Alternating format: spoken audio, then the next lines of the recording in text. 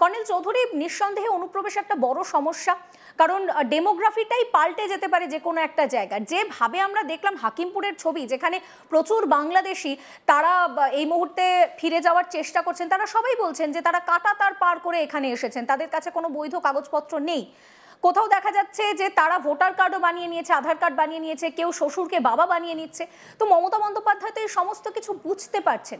সেক্ষেত্রে দাঁড়িয়ে তাহলে এটা তো একটা ন্যাশনাল সিকিউরিটির বিষয় হয়ে দাঁড়াচ্ছে। তার কাছে ভোটটাই সব, দেশ কিছু নয়। একদম সঠিকভাবে বলেছেন যে অবৈধ যারা অনুপ্রবেশ করেছে তারা ভারতবর্ষে প্রথম কথা থাকবে কেন? সেটার আর রাজনৈতিক তৃণমূল ছেড়ে দিন, বিজেপি, সিপিএম, কংগ্রেসের ওপরে এটা দেশের ব্যাপার।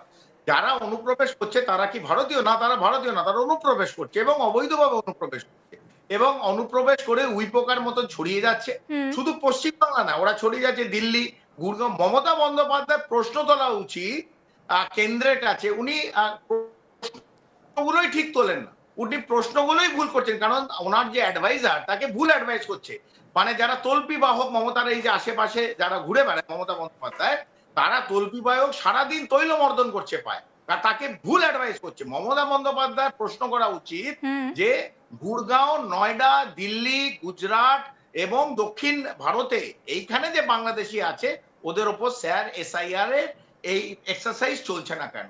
মমতা বন্দ্যোপাধ্যায় জিজ্ঞেস করা উচিত যারা নয়ডা, উত্তরপ্রদেশে এখন এসআইআর চলছে, নয়ডায় যারা বিভিন্ন এই অনুপ্রবেশ করেছে, বাংলাদেশি ছড়িয়ে আছে পুরো নয়ডা। যখন যাবেন প্রত্যেকে আমরা দেখেছি, আমরা জানি এই হাকিমপুরের মতন বিভিন্ন জায়গায় বাংলাদেশি, ওখানে ছোট ছোট বস্তি, সেই জায়গায় তারা স্বরাষ্ট্র মন্ত্রক ওইখানে কোনো অ্যাকশন নিচ্ছে না কেন? অথবা এসআইআর এ ইসিআই কোনো অ্যাকশন নিচ্ছে না কেন? মমতা বন্দ্যোপাধ্যায় এই প্রশ্ন উঠুক, শুধু বাংলা, পশ্চিমবাংলার যে টেরিটরি আছে সেইখানে কি অনুপ্রবেশ, না অনুপ্রবেশ হচ্ছে পুরো ভারতবর্ষে? দিল্লিতে হচ্ছে, উত্তর ভারতে হচ্ছে, দক্ষিণ ভারতে হচ্ছে, এই প্রশ্নটা করা উচিত।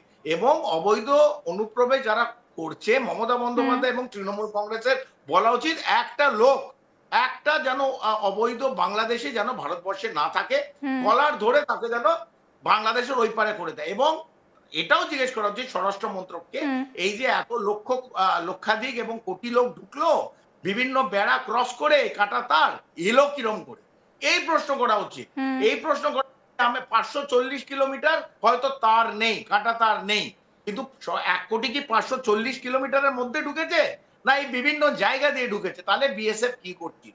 তাহলে অন্য জায়গায় যে বর্ডার যারা নিয়ন্ত্রণ করে, যারা এই সীমান্ত নিয়ন্ত্রণ করছে, তারা কি?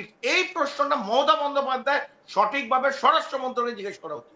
এইটা বলা উচিত না আমি এসআইআর বন্ধ করে দেবো, যদি অবৈধ অনুপ্রবেশ যদি কেউ করে থাকে তাদের আমি বৈধ কাগজ দিয়ে দেবো, তারা আমার ভোটার।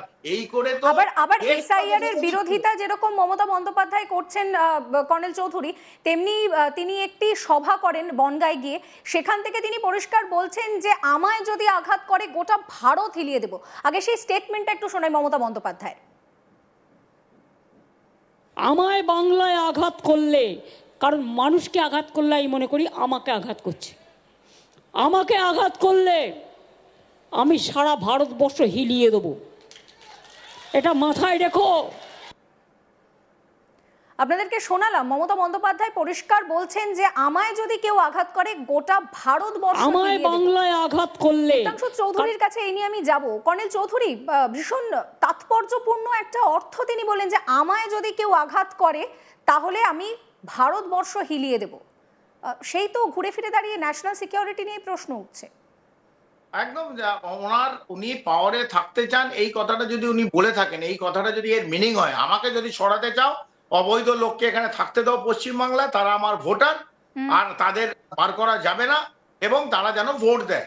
আর যদি আমাকে এটা এসআইআর এর মাধ্যম দিয়ে এই অবৈধগুলোকে ধাক্কা দিয়ে পগার পার করে সীমান্ত ওই পারে করে দেয়, তাহলে কিন্তু আমি ভারতবর্ষ হিলিয়ে দেবো। এই কথাগুলো একটা মাননীয় কনস্টিটিউশনাল হেড, এই কনস্টিটিউশনাল হেডের মুখ থেকে এই কথাগুলো একটা অন্য মিনিং দেয়। পশ্চিমবাংলায় ভারত আগে বলতো বাংলা যা আজকে দেখে পুরো ভারতবর্ষ সেটাকে ফলো করে, সেই জায়গা থেকে আজকে আমরা দেখছি মাননীয় বলছেন এসআইআর করতে দেবেন না। এবং উনি করতেই পারেন, যেভাবে বিএলওদের জন্য চিঠি লিখছে, কোনো বিএলও বলেনি আমার পরিশ্রম হচ্ছে, আমি মরে যাচ্ছি, আমি আত্মঘাতী হচ্ছি। এবং 4টে বিএলও দেখবেন কাল থেকে রাত্রির থেকে, এই আমি বললাম 80, 82, 84 হাজার বিএলও অ্যাপয়েন্ট হচ্ছে, 4টে বিএলও সিও অফিসে গিয়ে বসে আছে। এই 4টে বিএলও কারা? 4টে বিএলও দেখবেন তারা এই শাসক দলের সঙ্গে যুক্ত আছে। আমি আমার শাসক অথবা বিজেপি অপোজিশন এই বিরোধিতার মধ্যে যাচ্ছি না, আমি বলছি এসআইআর যখন তার বৈধতা কনস্টিটিউশন দিয়েছে, সেই এসআইআর যদি মুখ্যমন্ত্রী বলে আমি করতে দেব না, এটা আমি দেব না আমার রাজ্যে করতে, তিনি বলতেই পারে। সেই একইভাবে ইসিআইরও সাংবিধানিকভাবে এমনই পাওয়ার আছে, ইসিআই লিখে দিতে পারে রাষ্ট্রপতিকে। এই রাজ্যে পশ্চিমবাংলায় মাননীয় মুখ্যমন্ত্রী honourable chief minister is not allowing, আমাদের অ্যালাউ করছে না এই এসআইআর স্পেশাল ইন্টেন্সিভ করার জন্য, এবং প্রত্যেক জায়গায় আঘাত পৌঁছচ্ছে, আটকে দিচ্ছে। তাহলে আপনি যেটা ডিমড ফিট মনে করেন আপনি সেই ব্যবস্থা নিন। আমরা যতদিন না এসআইআর কমপ্লিট হবে আমরা পশ্চিমবাংলায় ইলেকশন করতে পারবো না। আপনার যে অ্যাকশন এটাতে মনে হয় নেওয়া উচিত, এই যদি ভাবে কনস্টিটিউশনাল হেড যদি বন্ধ করে দিয়ে থাকে আমাদের যে কাজ, আপনি এইটা যদি উনি লিখে দেন, এই জ্ঞানেশ কুমার যদি প্রেসিডেন্টকে লিখে দেন, তাহলে একটা অন্য ঘটনা ঘটবে, এটাও মুখ্যমন্ত্রীকে মনে রাখতে হবে। কর্নেল চৌধুরী, আপনি যে কথাটা বলছেন যে এই যে মমতা বন্দ্যোপাধ্যায় যে কথাটা বলেছেন যে আমায় আঘাত করলে ভারতবর্ষ হিলিয়ে দেব, সেক্ষেত্রে যদি ক্ষমতায় টিকে থাকার জন্য এই কথা তিনি বলে থাকেন, খুব প্রাসঙ্গিক। এবং পুলিশ যার ওপর নিরপেক্ষতার দায়িত্ব রয়েছে, বা নির্বাচন যখন হয় সেখানে সিকিউরিটির দায়িত্ব যে পুলিশের কাঁধে রয়েছে, সেই পুলিশের তরফ থেকে বলা হচ্ছে যে মমতা বন্দ্যোপাধ্যায়কে চতুর্থবারের জন্য ক্ষমতায় আনা হবে। পুলিশের তরফ থেকে কি এটা আদৌ বলার সাজে? এই প্রশ্ন আপনার কাছে আমি রাখবো, তবে তার আগে সেই বক্তব্য একটু শোনাবো। লড়াই কিন্তু শুরু হলো, এই লড়াই চলবে 26 মে পর্যন্ত। সেদিনকে আমরা আবার নবান্নে মমতা বন্দ্যোপাধ্যায়কে চতুর্থবারের মতো মুখ্যমন্ত্রী, এই মালটার নাম হচ্ছে বিনীতেশ্বর রাও, সেদিন আমাদের লড়াই কিন্তু। কর্নেল চৌধুরী, সাংঘাতিক একটি কথা, মানে পুলিশের তরফ থেকে পুলিশ ইন্সপেক্টর এই কথা বলছেন যে মমতা বন্দ্যোপাধ্যায়কে চতুর্থবারের জন্য ক্ষমতায়ন হবে। তাহলে বিরোধীদের তরফ থেকে শুভেন্দু অধিকারী, সুকান্ত মজুমদাররা যে দাবি করে আসছেন যে মমতার পুলিশ দলদাসে পরিণত হয়েছে, কোথাও গিয়ে তো এই ধরনের মন্তব্য তার উপরেই যেন শিলমোহর দিয়ে দিচ্ছে। অহনা, এই দীঘায় দুদিন আগে একটা পুলিশ সেমিনার হয়েছে, মহিলা পুলিশ যারা আছেন তাদের সেমিনার হয়েছে, কিন্তু সেখানে বেশি পুরুষ পুলিশই আমরা যেটা দেখেছি, যেটা শুনেছি, যারা আছেন পুরুষ পুলিশই এই কথাবার্তাগুলো বলেছে। এবং এই যে তল্পিবাহক কথাবার্তা, এই যে তৈলমর্দন করা, এই কথাগুলো পুলিশের মুখ থেকে মানায় না। পুলিশ যদি নিউট্রাল না থাকে, ইম্পার্শিয়াল না থাকে, পুলিশ যদি বলে আমরা চতুর্থবার আমাদের মুখ্যমন্ত্রীকে নিয়ে আসার এটাই আমাদের দায়িত্ব, আমার মনে হয় বাংলার পুরো 10 কোটি মানুষের এই কথাগুলো শোনা দুর্ভাগ্যজনক এবং দুঃখজনক, দুটোই।